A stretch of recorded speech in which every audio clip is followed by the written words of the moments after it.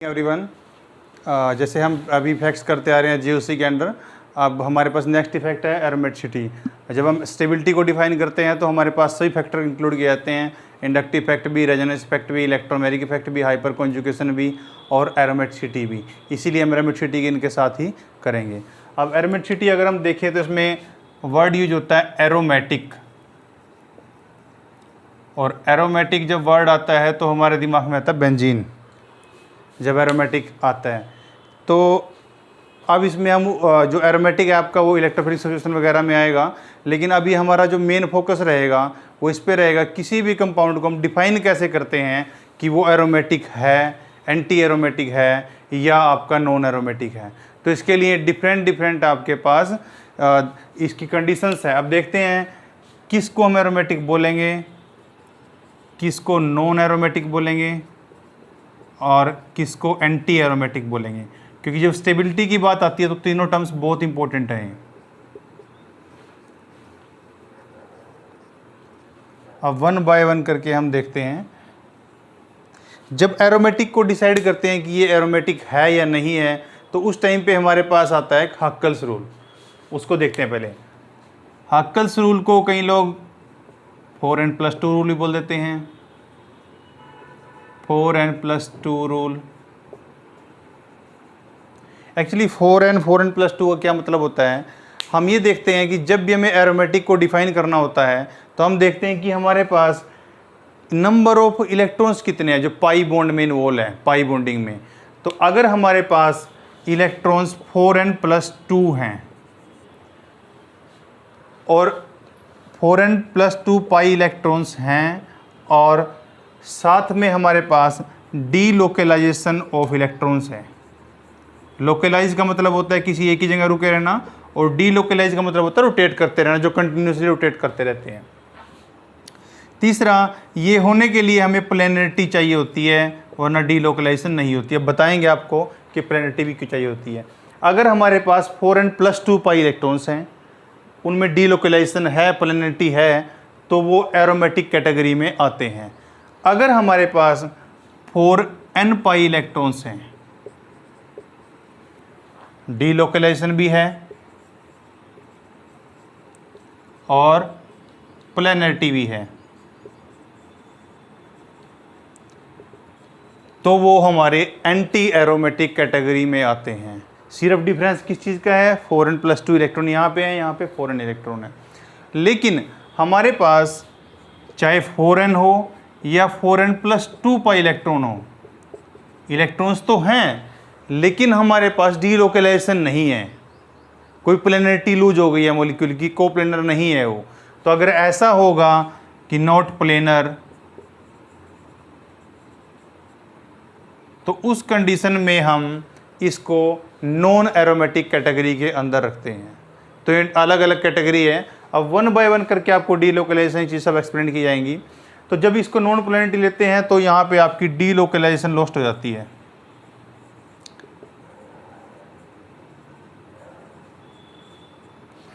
तो आपको ये पॉइंट बड़े ध्यान से समझना है कि जब आपके पास इलेक्ट्रॉन्स होंगे, सिर्फ उससे आप एरोमेटिक एंटी एरोमेटिक डिसाइड नहीं कर सकते।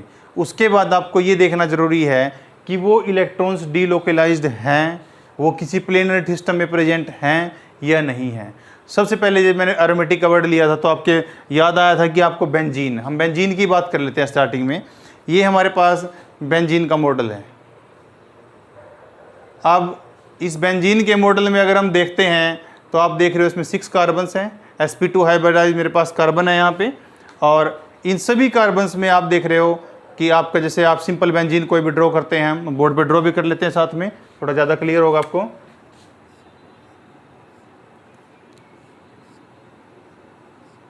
ये बेंजीन ऐसे होता है, सब हर पोजीशन पे एक हाइड्रोजन लगा होता है, और हम बार बार बोलते हैं कि प्लेनर स्ट्रक्चर है। सभी जो इसके कार्बन होते हैं sp2 हाइब्रिडाइज्ड होते हैं, सभी कार्बन इसके। अब देखते हैं कैसे प्लेनर है। ये आपके पास कोई भी एक कार्बन है, उसके आपको पता है अगर आपके पास sp2 हाइब्रिडाइजेशन होती है अगर आपके पास कहीं भी, तो ट्राइगोनल प्लेनर जनरेट होता है स्ट्रक्चर। तो उस कंडीशन में आपका स्ट्रक्चर प्लेनर है तो इसका मतलब आपके पास ये अगर एक कार्बन है, इसके दो बॉन्ड ये बने हुए, एक बॉन्ड ये बना हुआ, जैसे ट्रायंगल होता है, जैसे आपका जो फैन होता है उसके विंग्स होते हैं जिस टाइप से, ठीक है। तो आपको अब देखो, जब ये स्ट्रक्चर प्रेजेंट है आपके पास, तो अब उसके बाद इंपॉर्टेंट हो जाता है कि जब भी कोई पाई बॉन्ड बनता है हम बोलते हैं कि सिग्मा बॉन्ड हमेशा सिग्मा बॉन्ड हमेशा हेडवाइज ओवरलैपिंग से बनता है, और जब पाई बॉन्ड की बात करते हैं तो हम बोलते हैं साइड वाइज ओवरलैपिंग से बनता है। तो साइड वाइज ओवरलैपिंग किसकी होती है? आपके पास वो आपके जो पी ऑर्बिटल है उनकी होती है।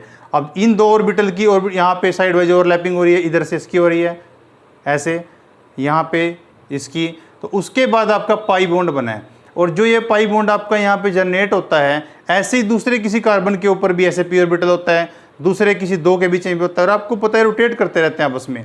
तो जब भी आपका कोई बॉन्ड रोटेट करता है, तो मैंने आपको पहले भी डिस्क्राइब किया है कि जो पी ऑर्बिटल है वो आपके साइड वाइज ओवरलैपिंग तभी करेंगे जब वो आपके प्लेनर होंगे, एक दूसरे के पैरेलल होंगे।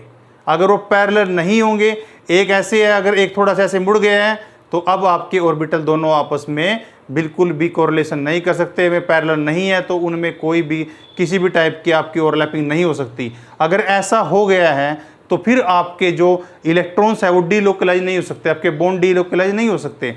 तो डीलोकलाइजेशन के लिए इसीलिए बोलते हैं हम कि प्लेनरिटी ऑफ मॉलिक्यूल का होना बहुत ज़रूरी है। अब ये प्लेनर है, तो प्लेनर होने की वजह से इन दोनों कार्बन प्लेनर हैं, इन दोनों कार्बन के जो पी ऑर्बिटल है वो पैरेलल है आपस में, वो पैरेलल हैं। इसी बात की वजह से ये दोनों आपस में ओवरलैप कर सकते हैं। इसकी साइड में जो यहाँ पी ऑर्बिटल होगा, यहाँ पे पी ऑर्बिटल होगा, वो भी बिल्कुल इसके पैरेलल आएंगे, और तब जाके ही इनमें ओवरलैपिंग होगी, तब जाके ये बॉन्ड रिवॉल्व कर सकता है। इसी की वजह से होता है डीलोकलाइजेशन ऑफ इलेक्ट्रॉन्स।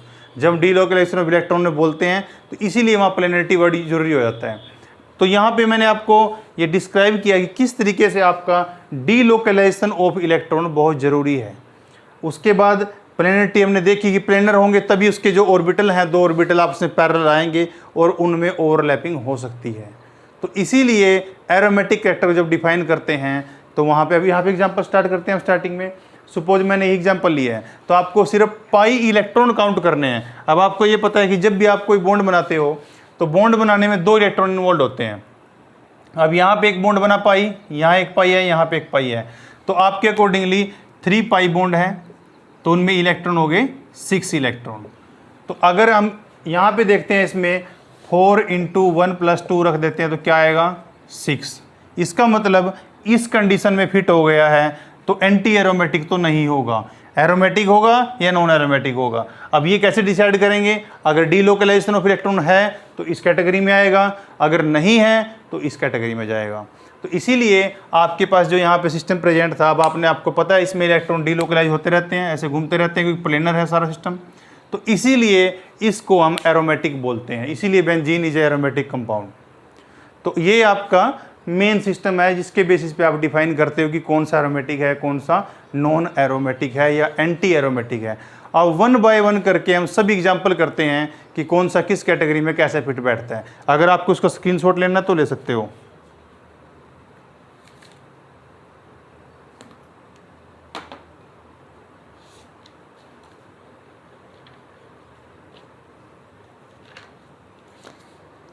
ओके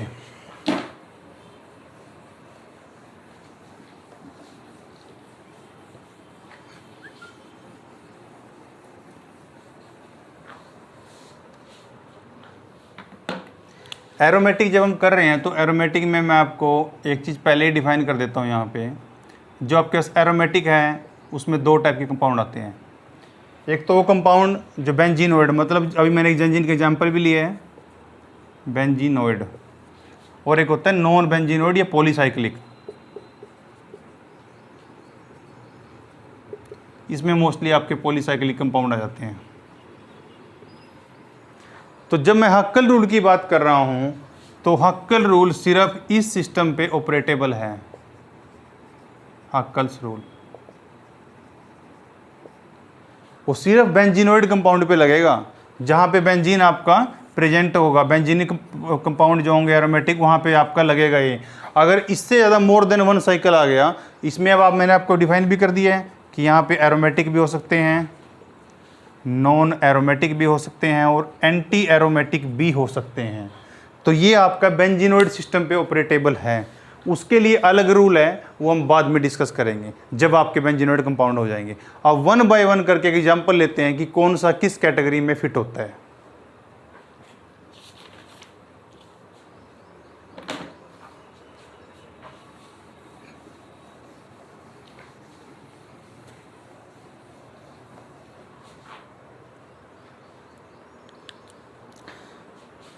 इसमें हम साथ में लेके चलते हैं। जब स्टेबिलिटी की बात करेंगे तो सबसे ज़्यादा एरोमेटिक की होगी, फिर नॉन एरोमेटिक की होगी, और सबसे कम होगी एंटी एरोमेटिक की।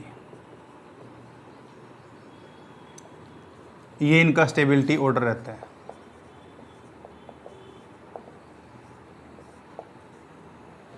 अब हम एग्जांपल्स डिस्कस करते हैं, यहाँ से आपको अच्छे से क्लियर हो जाएगा। अब सबसे पहले स्टार्टिंग करनी है हमें कि एरोमेटिक जो आपका सिस्टम है वो आप कहाँ कहाँ और कैसे देखते हो। तो सबसे पहले हमारे पास सिस्टम प्रेजेंट है। जैसे हम स्टार्ट करते हैं, आपका 4n+2 सिस्टम है हमारे पास। इसमें मैंने n की वैल्यू को अगर 0 रख दिया है तो आपके पास जो वैल्यू होगी 4n+2 की वो आएगी 2, मतलब 2 पाई इलेक्ट्रॉन्स। तो एरोमेटिसिटी इन 2 पाई इलेक्ट्रॉन सिस्टम, एरोमेटिसिटी इन 2 पाई इलेक्ट्रॉन सिस्टम। अब 2 पाई इलेक्ट्रॉन सिस्टम कैसे हो सकता है? जैसे आपके पास कोई भी ये स्ट्रक्चर गिवन है, अब आपको पता है सबसे पहले हमने क्या देखना है, हमने चेक करना है इस सिस्टम में रख के कि 4n इलेक्ट्रॉन है या 4n+2 है। ठीक है, अब यहाँ से हम दोनों चेक कर सकते हैं 4n है या 4n पाई इलेक्ट्रॉन्स है। तो हमने सबसे पहले चेक किया, 0 पुटअप किया, 2 पाई इलेक्ट्रॉन आ रहा है, तो यहाँ पे एक ही पाई बॉन्ड है। अगर एक ही पाई बॉन्ड है तो इसका मतलब वहाँ पे 2 पाई इलेक्ट्रॉन्स है सिर्फ। और अगर 2 पाई इलेक्ट्रॉन्स हैं तो इसका मतलब जब हमने यहाँ पे कंडीशन लिखी थी एरोमेटिक की कि 4n+2 सिस्टम होना चाहिए, यहाँ पे 4n या 4n+2 दोनों हो सकते हैं, लेकिन किस लिए था वो मैंने देखा था। यहाँ पे सेकंड स्टेप आता है डीलोकेलाइजेशन चेक करने का। अगर डीलोकेलाइजेशन चेक करनी है मतलब ये जो बॉन्ड है इसके इलेक्ट्रॉन रिवॉल्व करने चाहिए, तो अगर आपका यहाँ पे सिस्टम ऐसे मूव कर जाता है तो आपके पास स्ट्रक्चर जनरेट होगा। और अगर ये आपका सिस्टम यहाँ से भी मूव कर जाता है, सपोज करो मैं इसको यहाँ पे मूव करा देता हूँ इस बॉन्ड को, तो मेरे पास ये पॉजिटिव चार्ज यहाँ पे आ जाएगा। अब हम चेक कर सकते हैं इस स्ट्रक्चर में 3 कार्बन्स हैं और एक एक बार पॉजिटिव चार्ज सभी पे जा चुका है। इसका मतलब इसके अंदर जो आपका पाई इलेक्ट्रॉन्स हैं वो कंप्लीटली रिवॉल्व कर सकता है, डीलोकेलाइज्ड है वो। अगर वो डीलोकेलाइज्ड है तो इसका मतलब ये एरोमेटिक की कैटेगरी में आएगा। तो आपके पास जितने भी 2 पाई इलेक्ट्रॉन सिस्टम होंगे वो सभी आपके एरोमेटिक की कैटेगरी में आएंगे। इसमें एक एग्जांपल और देते हैं आपको।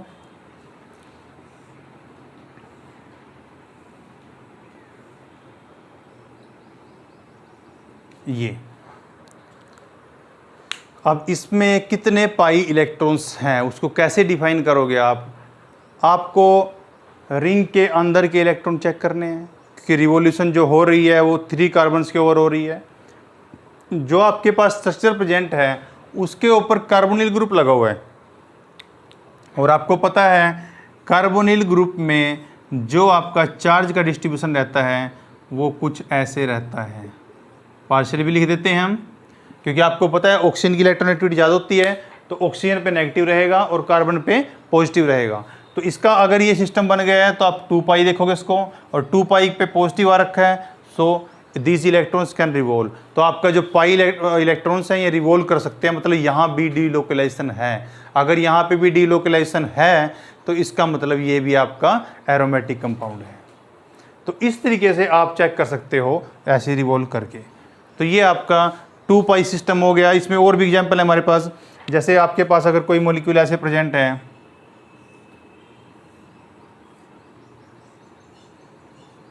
ऐसे,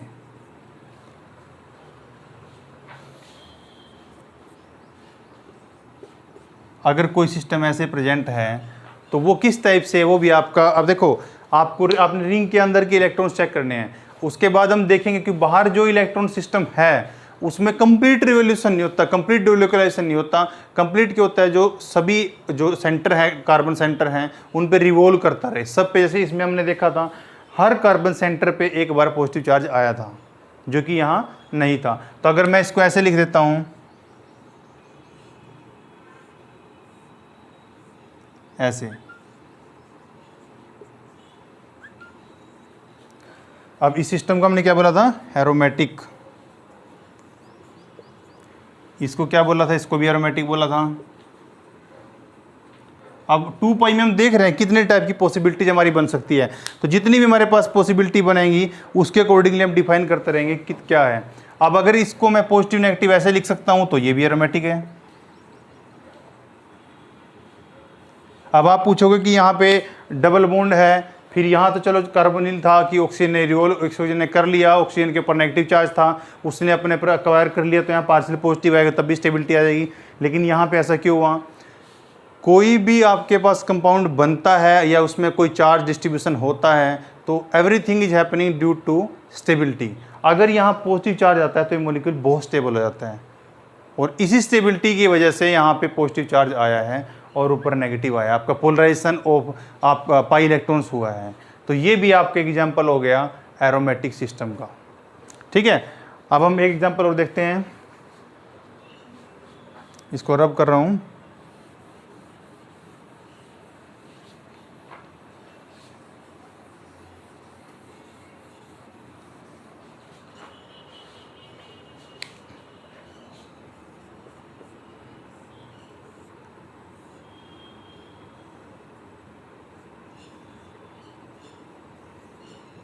ये आ गया आपको। अब इसमें हम देखते हैं इसमें कितने इलेक्ट्रॉन्स हैं, 2 पाई इलेक्ट्रॉन्स हैं। अब इनकी रिवोल्यूशन चेक करते हैं। अगर ये यहाँ से रिवॉल्व करता है तो आपके पास पीसी जनरेट होगी पॉजिटिव एंड पॉजिटिव। अब उसके बाद अगर मैं इस बॉन्ड को यहाँ से यहाँ मूव कर देता हूँ तो आपके पास पीसी जनरेट होगी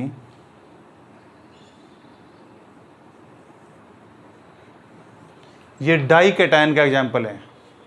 अब आप एक चीज़ चेक कर लीजिए कि जो चार्ज है वो हर एटम पे एक बार ज़रूर आना होना चाहिए। अगर वो आया हुआ है तो इसका मतलब है कि वो आपका कंप्लीट मॉलिक्यूल के अंदर रिवॉल्व कर रहा है, डीलोकलाइज हो रहा है, मतलब वहाँ पे डीलोकलाइजेशन है। तो अभी हमने देखा अगर 4n+2 सिस्टम में 2 पाई में है ये और डीलोकलाइज्ड भी है, so this system will be aromatic.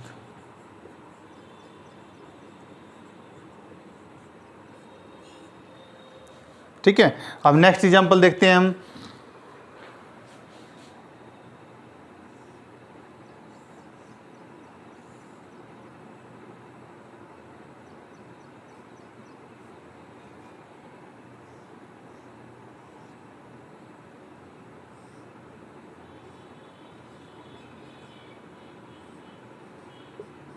ये इस सिस्टम को बोलते हैं स्क्वायरिक एसिड सिस्टम होता है। अब इस सिस्टम के अंदर जितने भी आपके जो अब आपको रिंग के अंदर के देखना है, रिंग के अंदर जो है जो 2 पाई सिस्टम है। अब ये हमें सिर्फ ये चेक करना है कि ये 2 पाई सिस्टम क्या पूरे सिस्टम पे रिवॉल्व कर सकता है या नहीं कर सकता। देखो ये यहाँ पे डाई कैटायन का एग्जाम्पल था और यहाँ पे डाई एनायन है।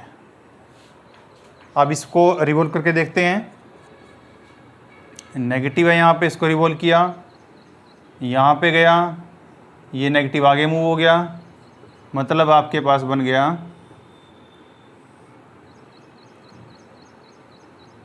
यहाँ पे डबल बॉन्ड O आ गया, यहाँ पे डबल बॉन्ड O नेगेटिव, यहाँ पे O नेगेटिव, डबल बॉन्ड आ गया। ठीक है, अब अगर ये वाला सिस्टम यहाँ से अपने इलेक्ट्रॉन देता है तो ये फिर रिवॉल्व हो जाएगा यहाँ पे,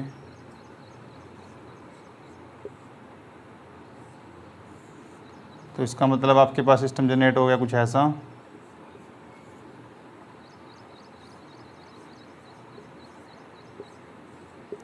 तो अब आप एक चीज़ यहाँ से नोटिस कर सकते हो कि उसके बाद मैं इसको फर्दर अगर मैं इसको यहाँ से करूँगा अगर मैं इसको यहाँ से ऐसे मूव कर देता हूँ तो ये आपका बॉन्ड यहाँ मूव करेगा, ये बॉन्ड आपका यहाँ मूव करेगा, और इस टाइप का आपका सिस्टम जनरेट होगा। तो आपके पास ये बन जाएगा double bond O, double bond O negative, double bond O negative. मतलब लगभग जहाँ से चले थे वहीं पे हम पहुँच गए हैं। अब एक चीज़ देखो आप यहाँ पे कि डबल बॉन्ड पहले इन दो कार्बन के बीच में था, फिर डबल बॉन्ड इनके बीच में आया, फिर इनके बीच में आया, फिर इनके बीच में। इसका मतलब डबल बॉन्ड के जो पाई इलेक्ट्रॉन्स हैं वो पूरे रिंग के अंदर डीलोकलाइज हो सकते हैं, पूरे रिंग के अंदर घूम सकते हैं। और अगर वो कंप्लीटली डीलोकलाइज हो रहे हैं तो इसका मतलब ये सिस्टम आपका एरोमेटिक सिस्टम है। 2 पाई इलेक्ट्रॉन्स हैं और कंप्लीटली डीलोकलाइजेशन हो रही है, so this will be aromatic. ये आपका एरोमेटिक सिस्टम होगा। ठीक है, नेक्स्ट देखते हैं। अभी हमने अब तक जो किया वो हमारे पास था एरोमेटिसिटी, हम चेक कर रहे थे 2 पाई सिस्टम में। इसके हमने 4-5 एग्जांपल लिए हैं। आई होप कि आपको क्लियर हो गया होगा। और अब हम करेंगे 4n सिस्टम में।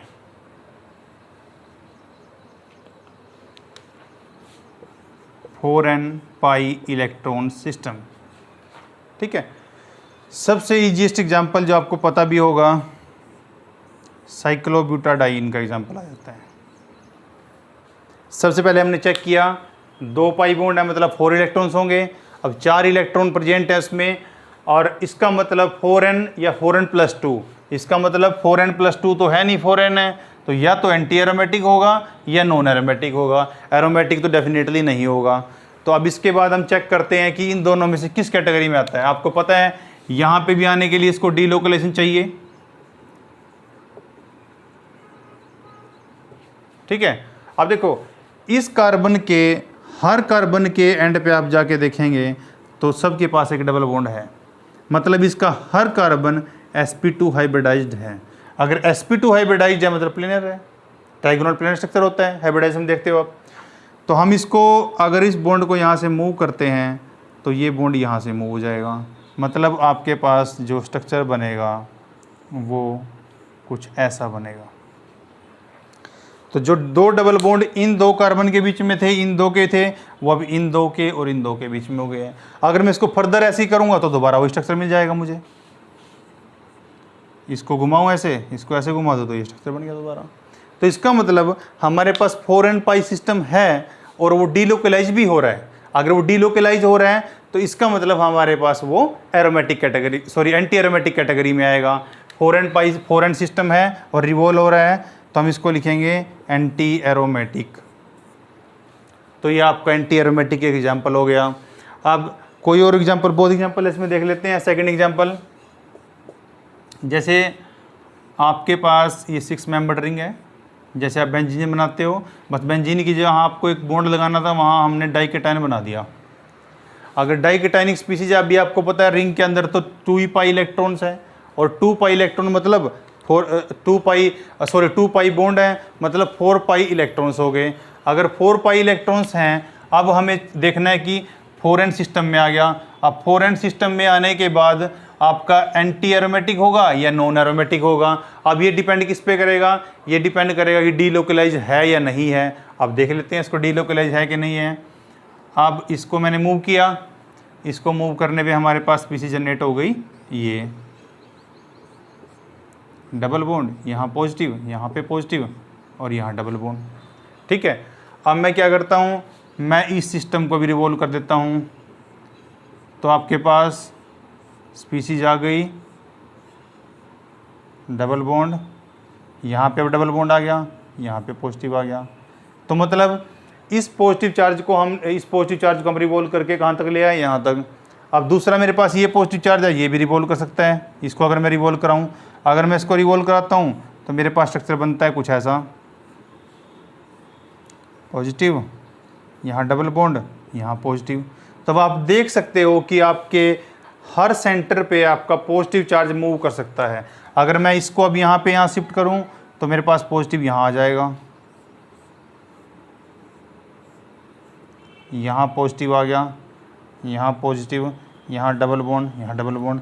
अब आप देख सकते हो किस टाइप से आपका इन दोनों कार्बन पे आया, इन दोनों पे भी आया, इन दोनों पे भी, कहीं भी आप इसको रिवॉल्व कर सकते हो। तो इसका मतलब आपके जो 4 पाई इलेक्ट्रॉन सिस्टम है उसके अंदर डीलोकलाइजेशन है। अब प्लेनरिटी की बात कर रहे थे, ये कार्बन दोनों sp2 है, डबल बॉन्ड बना हुआ है, ये दोनों भी हैं, ये पॉजिटिव है मतलब आपका कार्बोक्टाइन है। कार्बोक्टाइन की हाइब्रिडाइजेशन भी आपको पता है कि आपका ट्राइगोनल प्लानर होता है, sp2 होती है। तो ये आपका प्लेनर स्ट्रक्चर है और प्लेनर स्ट्रक्चर के अंदर डीलोकलाइजेशन एग्जिस्ट कर रही है। तो डीलोकलाइजेशन की वजह से ये चार्ज रिवॉल्व कर सकता है। अगर ये चार्ज रिवॉल्व कर रहा है, डीलोकलाइजेशन है और 4n कैटेगरी में है, तो आपका ये कंपाउंड एंटी एरोमेटिक होगा। अगर मैं स्टेबिलिटी की बात करूं तो वेरी लिस्ट स्टेबल होगा, वेरी लिस्ट स्टेबल, बहुत कम स्टेबल होगा, क्योंकि आपने ऊपर लिखा भी है स्टेबिलिटी में एरोमेटिक आएगा, फिर नॉन एरोमेटिक आएगा और एंटी एरोमेटिक लास्ट में आता है। मतलब ये कंपाउंड बहुत अनस्टेबल हैं। अगर अनस्टेबल हैं तो बनेंगे तो तुरंत डिग्रेड हो जाएंगे, मतलब इन कंपाउंड की बनने की, हमें आइसोलेट करने की प्रोबेबिलिटी भी बहुत कम हो जाती है। ठीक है, और एग्जाम्पल देख लेते हैं।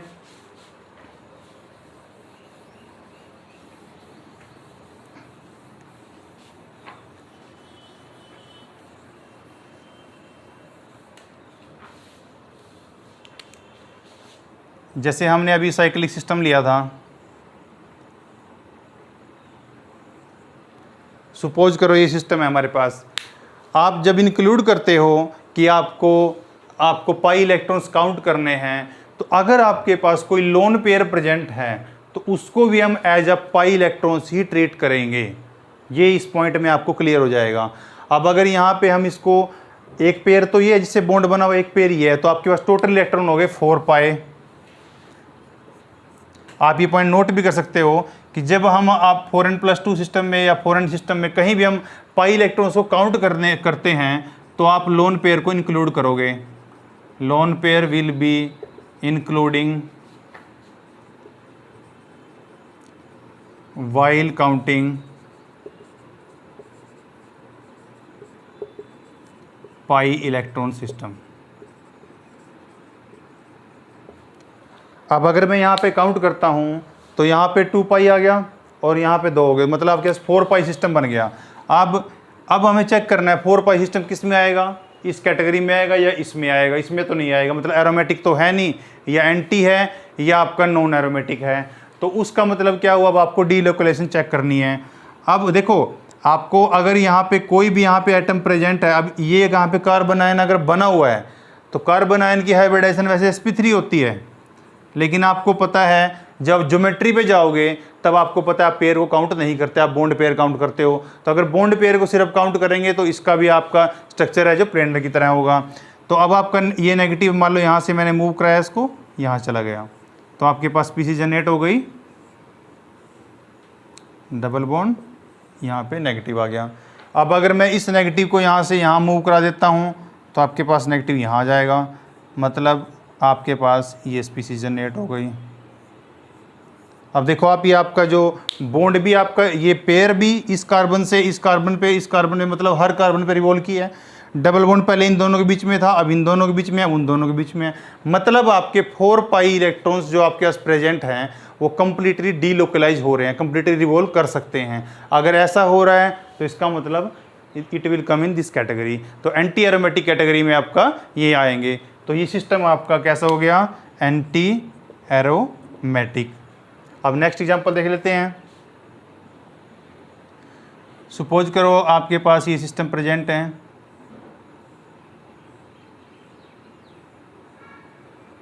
जैसे हमने अभी किया था 3 मेंबर्ड में, ऐसी 5 मेंबर्ड स्ट्रक्चर है। तो अगर आपको पता है इसमें कि जो आपका कार्बोक्टाइन प्रेजेंट है, जो आपका कार्बोनिल बॉन्ड है, कार्बोनिल बॉन्ड में कार्बन की तरफ पॉजिटिव रहेगा और ऑक्सीजन की तरफ नेगेटिव रहेगा। तो अब आपका अंदर कितने इलेक्ट्रॉन है, 4 पाई। अब 4 पाई इलेक्ट्रॉन से अब हमें क्या चेक करना है, 4 पाई कैटेगरी आ गई तो एरोमेटिक तो है नहीं, एंटी है या नॉन एरोमेटिक है। अब इसमें से हमें कैटेगरी चेक करनी है कौन सी में आएगा, ये डिपेंड करेगा डीलोकलाइजेशन के ऊपर। अब डीलोकलाइजेशन करा के देखते हैं, ये चार्ज यहाँ मूव हो गया, तो मतलब आपका ये स्पीसीज आ गई कुछ ऐसे।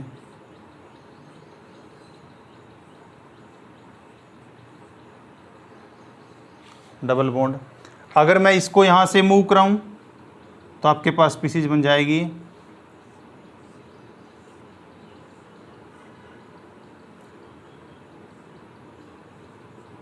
अब पॉजिटिव आ गया यहाँ पे, ठीक है। तो अगर मैं इसको अब मूव कराऊँ यहाँ से तो पॉजिटिव यहाँ चला जाएगा, अगर पॉजिटिव यहाँ से मूव कराऊँ तो यहाँ चला जाएगा। तो इस तरीके से आपका जो पेयर ऑफ इलेक्ट्रॉन्स हैं आपके इनर, इस चार्ज की वजह से वो हर जगह रिवॉल्व कर सकते हैं, हर पॉइंट पे घूम सकते हैं। तो अगर ऐसा सिस्टम प्रेजेंट है तो इसका मतलब इसमें डीलोकलाइजेशन है, और अगर डीलोकलाइजेशन है so it will come in anti aromatic category. ये एग्जाम्पल बहुत आता है, बार बार आपसे पूछा जाएगा कहीं ना कहीं किसी सिस्टम में, तो आपको इसका पता होना चाहिए कि एंटी एरोमेटिक सिस्टम होता है। अब हम ये एग्जाम्पल ले लिया हमने, इसके बाद हम बात करते हैं 4n सिस्टम। हमने 2n कर लिया, 4n कर लिया, अब आते हैं 6 सिस्टम पे।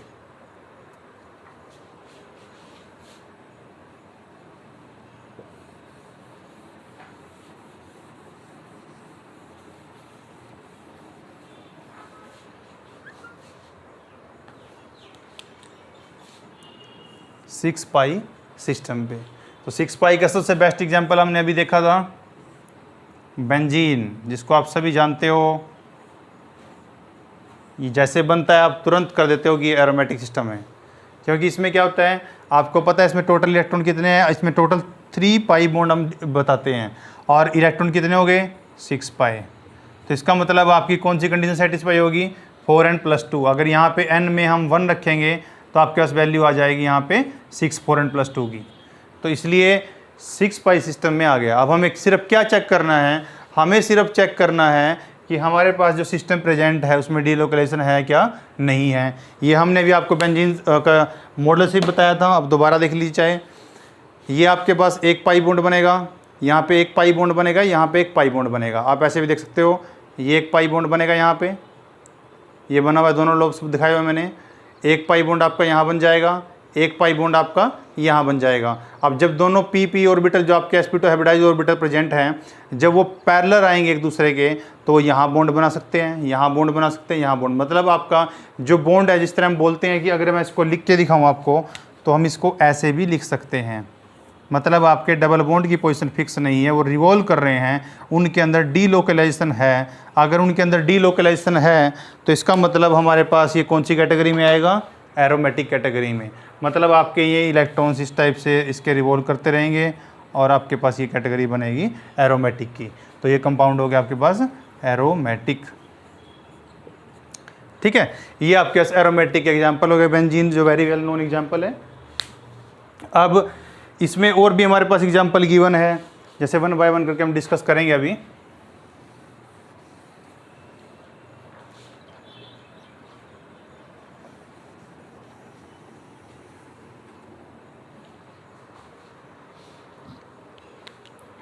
सपोज करो हमारे पास ये स्ट्रक्चर प्रेजेंट है। अब मैंने आपको अभी बताया था कि आपको लोन पेयर को क्या करना है, इंक्लूड करना है। अगर आप लोन पेयर को इंक्लूड करोगे, लोन पेयर को अगर आप इंक्लूड करोगे तो आपके पास कितने हो गए 2 पाई और 2 कितने हो गए 6 हो गए। मतलब आपका 6 पाई सिस्टम का क्राइटेरिया फॉलोअप हो गया। अब हमें सिर्फ क्या चेक करना है, अब इस कैटेगरी में अगर हम देखेंगे तो आपको पता है, अगर इस कैटेगरी में आप 6 पाई सिस्टम आपका या तो ये हो सकता है, मतलब या तो आपका एरोमेटिक होगा या आपका नॉन एरोमेटिक होगा। एंटी एरोमेटिक तो बिल्कुल नहीं होगा, क्योंकि आपका 6 पाई सिस्टम है, either it will come in this one और दिस वन। अब ये किस कैटेगरी, इन दोनों में से किस में आएगा, ये डिपेंड करेगा डीलोकलाइजेशन के ऊपर। अब डीलोकलाइजेशन कैसे होगी, ये इलेक्ट्रॉन यहाँ आ गया, ये इलेक्ट्रॉन यहाँ पे आ गया। अगर ये ऐसा हो गया तो आपके पास पीसी जनरेट हो जाएगी ये।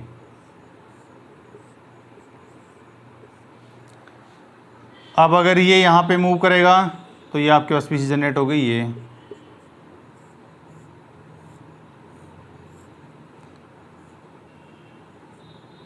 नेगेटिव। तो इस टाइप से आपका चार्ज है जो कंटिन्यूसली रिवॉल्व करता रहेगा।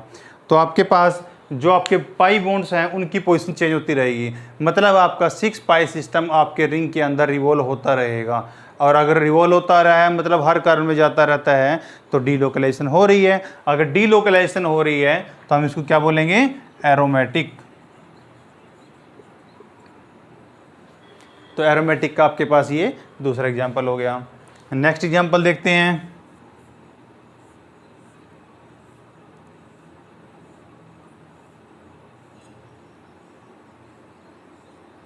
ये है। अब इसको देखिए, इस स्ट्रक्चर का नाम होता है फुलवीन। फुलवीन। और फुलवीन जो आपके पास स्ट्रक्चर प्रेजेंट होता है, अब इसमें आपको चेक करना है कि आपका डीलोकलाइजेशन है क्या नहीं है। अब देखो, अगर हम इसको जनरली रिंग के अंदर के इसकी हम इलेक्ट्रॉन सिस्टम का अगर इसको देखते हैं तो आपके पास पॉसिबिलिटी आती है कि जैसे मान लो 6 पाई सिस्टम तो है ये, यहाँ पे 2 यहाँ भी इलेक्ट्रॉन है, लेकिन आपका कॉन्जुगेशन नहीं बनता इनका। अगर ये यहाँ से इलेक्ट्रॉन अपना मूव कराता है, यहाँ पे जाता है, तो यहाँ नेगेटिव चला जाएगा। अब ये नेगेटिव कहीं इधर नहीं आ सकता, इसका चार्ज इधर नहीं आ सकता, या फिर ये अगर करेगा तो इधर वाले के साथ करेगा। तो ये एक्सटेंडेड कॉन्जुगेशन है, लेकिन ये कंप्लीट कॉन्जुगेशन नहीं है। और आपको तो पता है कंप्लीट कॉन्जुगेशन होना चाहिए, तभी हम डीलोकलाइजेशन बोलते हैं, सभी के ऊपर रिवॉल्व करना होना चाहिए। इसका मतलब 6 पाई सिस्टम तो है ये, लेकिन इसके अंदर डीलोकलाइजेशन नहीं है, कंप्लीट डीलोकलाइजेशन। तो इसका मतलब ये कौन सी कैटेगरी में आएगा? ये आपका नॉन एरोमेटिक कैटेगरी में आएगा, क्योंकि 6 पाई सिस्टम है और डीलोकलाइजेशन नहीं है। डीलोकलाइजेशन नहीं होने की वजह से हम इसको कैटेगरी में लेते हैं नॉन एरोमेटिक कैटेगरी। ठीक है, तो आपका नॉन एरोमेटिक का ये एक और एग्जांपल हो गया। अब देखो, ये सिस्टम एज सच जैसे मैंने लिखा हुआ आपके पास, इसमें हमने देख लिया कि नॉन एरोमेटिक है, लेकिन अगर इस सिस्टम को किसी रिजेंट के साथ गिवन हो, अभी देखते हैं कैसे बता रहा हूं आपको।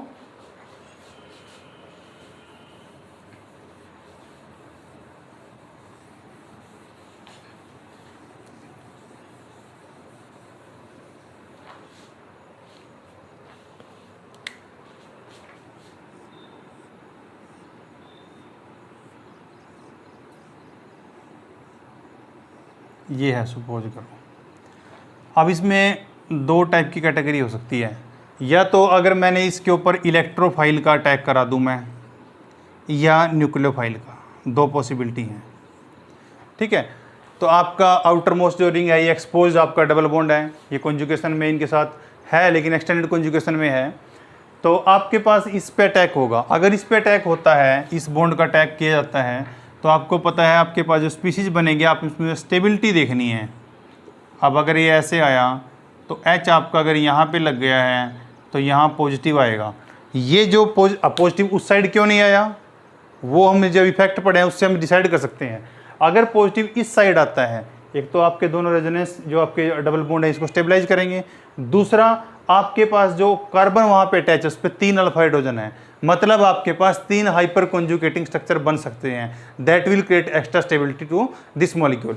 अगर मेरे पास स्ट्रक्चर ऐसा बनता, ये मतलब मैंने H यहाँ ऐड कर दिया है, तब इससे क्या होना था? कुछ भी नहीं होना था। यहाँ पे तो सिर्फ एक ही H होता, तो इसके इस कार्बन से ये अल्फा कार्बन बनता, और इस अल्फा कार्बन पे सिर्फ एक हाइड्रोजन था, तो सिर्फ एक हाइपर कॉन्जुगेटिंग स्ट्रक्चर स्टेबलाइज करता।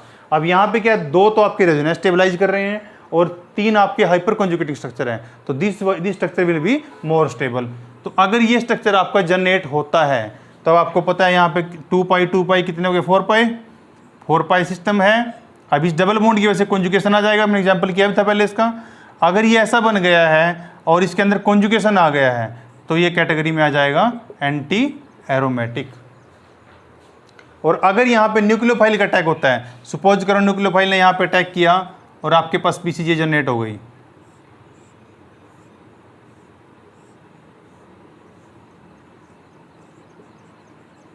कोई भी न्यूक्लियोफाइल लगा दिया मैंने यहाँ पे, और यहाँ नेगेटिव। अब आपके पास क्या है, 2 पाई और 2 पाई आपके इलेक्ट्रॉन लोन पेयर के हो गए, तो आपके पास टोटल कितने हो गए, 6 पाई इलेक्ट्रॉन्स। और ये यहाँ पे रिवॉल्व भी कर सकते हैं, यहाँ पे आ गया तो यहाँ नेगेटिव आ गया, यहाँ से रिवॉल्व करेंगे तो यहाँ पे नेगेटिव आ जाएगा। तो इसका मतलब ये आपका सिस्टम में रिवॉल्व भी कर रहे हैं, तो आपके पास क्या जनरेट हो गया, एरोमेटिक। तो आपके पास स्टार्टिंग में फुलवीन था जो वो क्या था, नॉन एरोमेटिक। आप उसके ऊपर अगर किसी भी रिएजेंट का इलेक्ट्रोफिलिक का अटैक कराओगे तो एंटी एरोमेटिक बन जाएगा, आप किसी न्यूक्लियोफिलिक सिस्टम का अटैक कराओगे तो एरोमेटिक बन जाएगा। लेकिन सिंपल फुलवीन एरोमेटिक या एंटी एरोमेटिक नहीं होता, क्योंकि उसके अंदर 6 पाई सिस्टम है, तो एरोमेटिक नॉन एरोमेटिक की पॉसिबिलिटी थी, लेकिन वहाँ पे क्रॉस कॉन्जुगेशन था, कंप्लीट कॉन्जुगेशन नहीं था, कंप्लीट डिलोकलाइजेशन ऑफ इलेक्ट्रॉन नहीं था। इसीलिए हम बोल रहे थे उसको कि इसके अंदर ये कैटेगरी नहीं आती, तो इसको नॉन एरोमेटिक कैटेगरी में रखा गया था। ठीक है, तो आपके पास एग्जाम्पल हो गया और भी कुछ एग्जाम्पल उनको डिस्कस कर लेते हैं।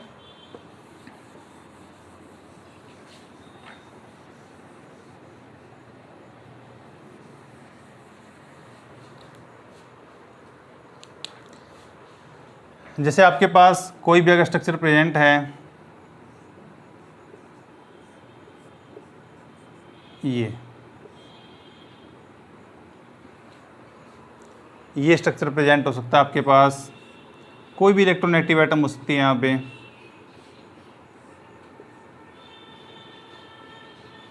ये हो सकता है आपके पास, ये हो सकता है,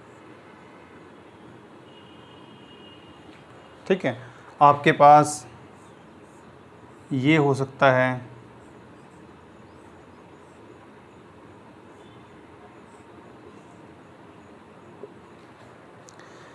तो अब आपको देखना है कि आपका कौन सा एरोमेटिक सिस्टम है या नहीं है। अब इन सब में आप देखते हो 4 पाई, अगर 2 ये हो गया तो 6 हो गया, यहाँ पे आपके पास एक एक्स्ट्रा है, यहाँ पे आपके पास एक एक्स्ट्रा है, यहाँ पे भी एक्स्ट्रा है। देखो यहाँ पे अगर हम 6 पाई हो गया तो मतलब आपका ये वाला जो बॉन्ड है इन्वॉल्व हो जाएगा रिंग में, जो आपका इलेक्ट्रॉन्स है रिवॉल्व कर जाएंगे, तो हैं सारे 6 पाई सिस्टम ही। अब आपको देखना है हम 6 पाई सिस्टम ही इनको कंसीडर कर रहे हैं। जैसे मैंने यहाँ पे ऑक्सीजन है, ऑक्सीजन में यहाँ पे 2 पाई 4 पाई और 2 इसके 6 हो गए। अब ये जो एक पेयर बच गया है फालतू, अब जो इन्वॉल्व हुआ है उसका नाम तो होगा हक्कल पेयर। जो आपका पेयर रेजोनेंस में आपने इन्वॉल्व कर लिया है उसका नाम होगा हक्कल पेयर, और जो पेयर आपका रेजोनेंस में इन्वॉल्व नहीं होगा उसका नाम होगा नॉन हक्कल पेयर। सिमिलरली यहाँ पे ये आपका हक्कल पेयर है और ये आपका नॉन हक्कल पेयर। हक्कल पेयर क्यों बोल रहे हैं इसको? क्योंकि हक्कल पेयर हक्कल रूल के अकॉर्डिंग हम डिस्कस करते थे कि एरोमेटिक है या नहीं है। अब आपके पास यहाँ पे 2 पाई 2 पाई 2 पाई 6 पाई हो गया, तो यहाँ पे हमें इसकी जरूरत ही नहीं पड़ी, तो ये भी नॉन हक्कल हो गया, नॉन हक्कल पेयर। तो इस टाइप से सारे के सारे स्ट्रक्चर जो आपके पास प्रेजेंट हैं, ये सारे के सारे स्ट्रक्चर हमारे एरोमेटिक कैटेगरी के अंदर आते हैं। ठीक है, अब एरोमेटिक के हमने बहुत से एग्जांपल कर लिए। अब एक छोटा सा एग्जांपल लास्ट रहता है वो भी कर लेते हैं। जैसे आप लोग पढ़ते हो, अगर आपको रिएक्शन मैकेनिज्म में पढ़ोगे इन चीज़ों को, जब आपके पास सिंपल बेंजीन है तब तो आप बता देते हो कि इसके अंदर एरोमेटिक सिस्टम है। अब कई बच्चे क्वेश्चन पूछते हैं कि जब यहाँ पे अगर बेंजाइन बन गया तो अब ये एरोमेटिक रहा कि नहीं रहा? अब ये ऑब्वियसली एरोमेटिक ही रहा। जो बाहर 2 हाइड्रोजन थे उनको रिमूव करके यहाँ पे एक बॉन्ड बन गया है, लेकिन ये अब कैसे रहा? मतलब ये रिवॉल्व हो रहा है, ये सिस्टम तो हो रहा है, हमें बाहर वाले की जरूरत ही नहीं है। तो इसका मतलब यहाँ पे तो हम इनको बोल रहे थे नॉन हक्कल लोन पेयर बोल रहे थे, अब यहाँ पे इसको क्या बोलेंगे कि नॉन हक्कल बॉन्ड पेयर है, हम इसकी जरूरत ही नहीं है, इसकी हमें एरोमेटिसिटी में जरूरत ही नहीं पड़ी। लेकिन बेंजाइन भी है जो आपका, दैट इज आल्सो एरोमेटिक, तो ये भी आपका एरोमेटिक होता है। अब ये 6 पाई सिस्टम में आपके एरोमेटिक के एग्जांपल हो गए हैं। अब नेक्स्ट में मूव करते हैं।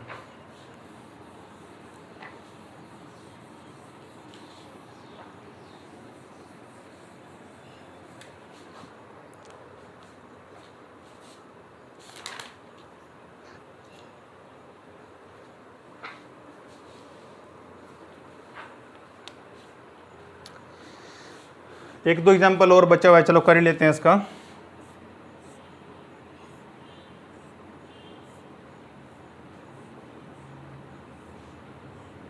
जैसे ये सिस्टम है आपके पास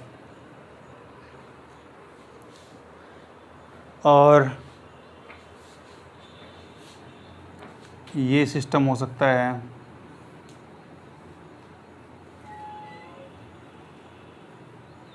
ये सिस्टम हो सकता है, जिनको हम इसमें लेते हैं। अब बताने की जरूरत है नहीं आपको, आप देख सकते हो 6 पाई सिस्टम है, इस पॉजिटिव चार्ज की वजह से रिवॉल्व कर सकते हैं, इसमें डीलोकलाइजेशन हो जाएगा।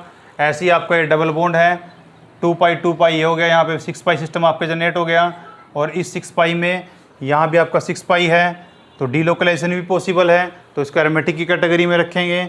आप एरोमेटिक सिस्टम है जो हमारे पास उसकी कैटेगरी में रखेंगे। आपके पास किसी भी तरीके से एग्जाम्पल दिया हो सकता है, जैसे आपके पास ये एग्जाम्पल है, कहीं भी 8 मेंबर सिस्टम है, ये आपका, जैसे पहले भी हमने डाइकेटाइन किए हैं, तो इसमें भी क्या आपका 6 पाई है। आपको ये देखना है कि आपका जो 6 पाई सिस्टम कंप्लीट हो रहा है, either it is including lone pair और नॉट, अगर लोन पेयर के बिना ही हो रहा है तब भी ठीक है, अगर लोन पेयर इंक्लूड करके हो रहा है तब भी हम कंसीडर करेंगे। उसके बाद आपको देखना है कि जो आपके बॉन्ड पेयर, अब जब लोन पेयर प्रेजेंट होता है तो आपके पास डीलोकलाइजेशन की तो पॉसिबिलिटी ऑटोमेटिक बढ़ जाती है। अब यहाँ पे वैसे ही आपके पॉजिटिव चार्ज है तो आपका ये बॉन्ड यहाँ रिवॉल्व कर सकता है, पॉजिटिव यहाँ आएगा, फिर पॉजिटिव यहाँ आएगा, पॉजिटिव यहाँ आएगा, मतलब आपका सभी कार्बन पे डीलोकलाइजेशन ऑफ इलेक्ट्रॉन ईजिली हो सकता है। सिमिलरली इसमें आपका ये देखो यहाँ पॉजिटिव आपने एक लिया, उसके बाद आपका ये दोनों आपके पास रिप्रेजेंट है सिस्टम, ये अगर यहाँ आता है ये यहाँ आएगा, नेगेटिव यहाँ आ गया, यहाँ से नेगेटिव रिवॉल्व करेगा, तो इस टाइप से नेगेटिव चार्ज भी आपका सब जगह रिवॉल्व हो सकता है। तो ये भी आपके पास एक एग्जांपल हो गया। एक एग्जांपल ये आता है, इस टाइप से आपके पास कोई सिस्टम गिवन है, ये आपके पास ये सिस्टम है, तो ये आपके पास सिस्टम प्रेजेंट है। अब यहाँ पे आप सिमिलरली वैसे ही स्ट्रक्चर को भी हम कैसे लिख सकते हैं, यहाँ पॉजिटिव और यहाँ पे नेगेटिव, तो आपका सिमिलर सिस्टम ऐसे ही बन गया जैसे यहाँ पे था 7 मेंबर रिंग। तो इस तरीके से हम डिफरेंट जो स्ट्रक्चर्स आपके पास गिवन है इनको अलग अलग तरीके से हम कंसीडर कर सकते हैं। अब जैसे यहाँ पे मैंने डबल बॉन्ड ओ लगाया, वैसे ही हम यहाँ स्टार्टिंग करें तो हम ऐसे भी लगा सकते हैं। ये सिस्टम है आपका, ये इसके अंदर भी ये सिमिलरली है कि आपका यहाँ पे पॉजिटिव चार्ज स्पीसीज जनरेट हो जाती है, यहाँ पे नेगेटिव होती है, तो इसको भी हम एरोमेटिक कैटेगरी में ले लेंगे क्योंकि इसके अंदर रिंग के अंदर इलेक्ट्रॉन कंप्लीट हो रहे हैं। तो इस तरीके से ये सब जो आपके पास एग्जांपल्स हैं हमारे पास 6 पाई सिस्टम के हैं, आपके पास ये सारे के सारे एग्जांपल हैं जो ये आपके एरोमेटिक कैटेगरी के हैं। अब हम देखते हैं नेक्स्ट है आपका 6 पाई सिस्टम हो गया, अब हम 8 पाई सिस्टम करते हैं।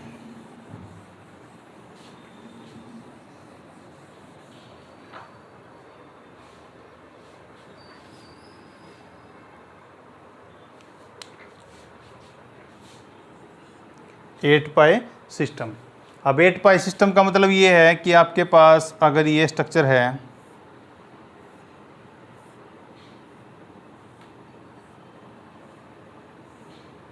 ये तो ये आपका 8 पाई का सिस्टम हो गया। अब आप इसको देखो एक बार कि इसमें किस टाइप से हो सकता है।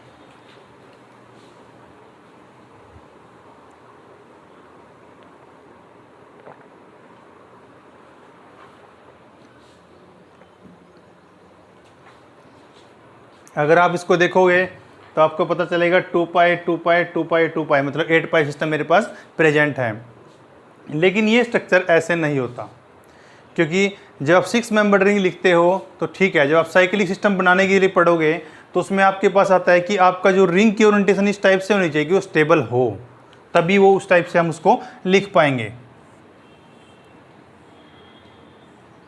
अब इसको हम कुछ ऐसे लिखते हैं, ऐसे।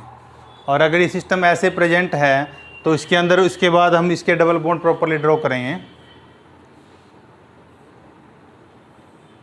ऐसे। इसको transannular type of system बोलते हैं। अब ये जो आपके पास ऐसा सिस्टम प्रेजेंट है, जब डबल बॉन्ड है सभी, तब ऐसा सिस्टम प्रेजेंट होगा। अब इसमें दो पॉसिबिलिटी है। 8 पाई सिस्टम तो आपने देख लिया कि यहाँ पे 8 पाई सिस्टम होता है। अगर 8 पाई सिस्टम है तो आपका कौन सी कैटेगरी में आएगा, 4n में, 4 2 जा 8, तो आपका 8 पाई इलेक्ट्रॉन्स यहाँ प्रेजेंट है। 8 पाई इलेक्ट्रॉन्स है, डीलोकलाइजेशन है, तो हम अगर यहाँ पे सिस्टम प्रेजेंट है, अब देखो यहाँ पे क्वेश्चन उठता है कि अगर जो मैंने ये स्ट्रक्चर बना दिया, जो बना हुआ है, क्या ये प्लेनर है। अब देखो अगर आपका मॉलिक्यूल ये प्लेनर होता तो आपके पास 8 पाई सिस्टम में इसको एंटी एरोमेटिक होना चाहिए था। लेकिन ये ट्रांस एनुलर टाइप सिस्टम है, इस सिस्टम में थोड़ा बैंड होता है। मतलब जैसे हम अगर सिंपल बात करें, जो भी आपके पास कोई सिस्टम प्रेजेंट है, जैसे इसमें अलग अलग बॉन्ड्स हैं, तो ये 2 रिंग है एक तरीके से, ये थोड़े ट्विस्टेड है इस तरीके से। तो अगर ट्विस्टेड हैं तो प्लेनरिटी लूज कर देते हैं। तो अगर ऐसा है तो इनके पी ऑर्बिटल पैरेलल नहीं आ सकते, जिसकी वजह से डीलोकलाइजेशन नहीं हो सकती। और अगर डीलोकलाइजेशन नहीं होगी तो इसका मतलब उसके रिस्पॉन्सिबल कौन होगा, due to transannular effect बोल देते हैं हम इसको, due to transannular effect. इस इफेक्ट की वजह से ये अपनी प्लेनरिटी लॉस्ट कर देता है, प्लेनरिटी लूज हो जाती है इसकी। और अगर प्लेनरिटी लॉस्ट हो गई तो फिर किस कैटेगरी में आना चाहिए इसको, नॉन एरोमेटिक की। तो इसीलिए ये कंपाउंड आपका नॉन एरोमेटिक होता है। अब इसमें एक इंटरेस्टिंग चीज़ है जो आप देख सकते हो, अगर मैं इस सिस्टम में कोई भी एक डबल बॉन्ड ख़त्म कर देता हूँ, अब मैं कैसे ख़त्म करूँगा उसको, सपोज करो मैंने इस डबल बॉन्ड की जगह पॉजिटिव चार्ज लगा दिए 2, क्योंकि यहाँ को आपको पता है 2 इलेक्ट्रॉन मिसिंग हो गए यहाँ से, एक किसका गया एक किसका गया, दोनों पॉजिटिव चार्ज आ गया। तो अब जब ये पॉजिटिव चार्ज आ गया है, जब कोई भी आपके पास जब भी कोई डबल बॉन्ड बना होता है तो सिस्टम रिजिड होता है बॉन्ड के टाइप में, और जब कोई चार्ज स्पीशीज जनरेट हो जाती है तो सिस्टम फ्रीली रहता है।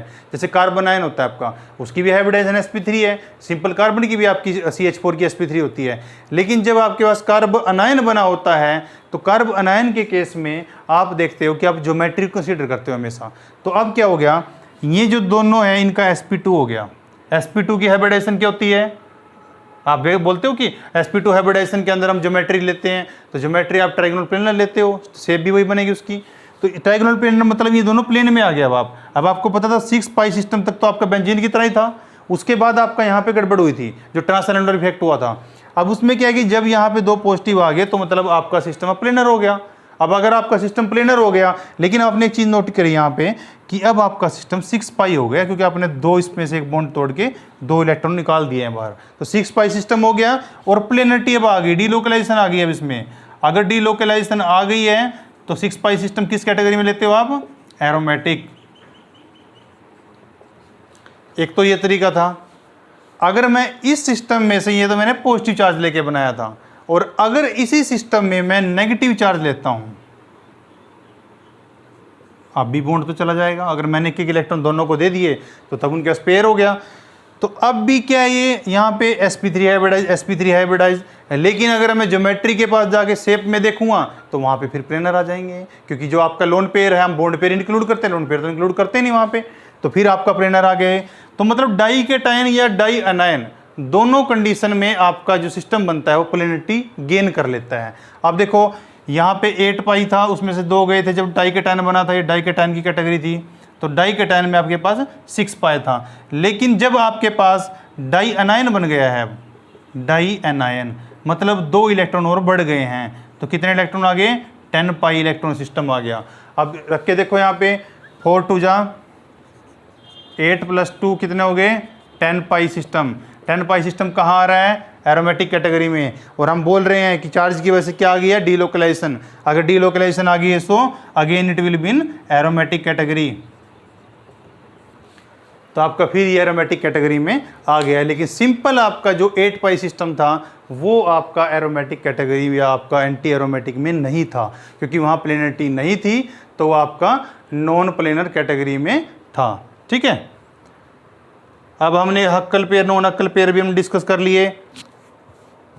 तो अब इसके बाद हमारे पास जो फर्दर आता है उसको हम नेक्स्ट वीडियो में डिस्कस करेंगे। तो आपको यहाँ तक ये जो कंप्लीट कराया है इसको प्रॉपरली करना है, और इसमें अगर कोई भी डाउट्स हो तो आप कमेंट्स में डाल सकते हो, और अगर आपको वीडियो अच्छी लगी तो आप लाइक सब्सक्राइब जरूर करें।